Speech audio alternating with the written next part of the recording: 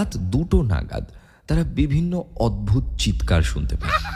তারা উঠে দেখে কয়েকটি কালো কুকুর সেখানে দাঁড়িয়ে, আর তারা সেই ইটের স্তূপের দিকে তাকিয়ে, আর ইটের স্তূপের ওপর একজন কালো বোরখা পরে কেউ বসে আছে। কিন্তু সেটাকে দেখে মনে হচ্ছে যেন সেখানে কেউ নেই, শুধু ওরকমভাবে একটা কাপড় হাওয়ার মধ্যে ভাসছে। কিন্তু সেই বস্তুটির লম্বা লম্বা সাদা পা পুরো স্পষ্ট, আর পা দুটো ইটের স্তূপ থেকে মাটিতে ঠেকছে, এত লম্বা তার পা। আর তার পায়ের পাতা দুটি পুরো উল্টো দিকে ঘোরানো।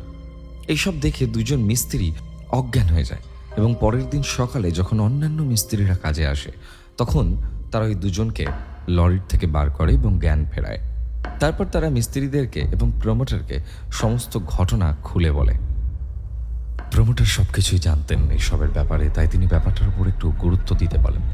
তিনি বলেন যে একসাথে থাকতে দলবদ্ধভাবে আর কোনো কুকুর বা অন্য কোনো অদ্ভুত জন্তু দেখলে সেটাকে যেন অ্যাভয়েড করা হয়। এরকম অনেক ঘটনা ঘটছে মিস্ত্রিদের সঙ্গে, তার মধ্যে একটি লিখে পাঠালাম।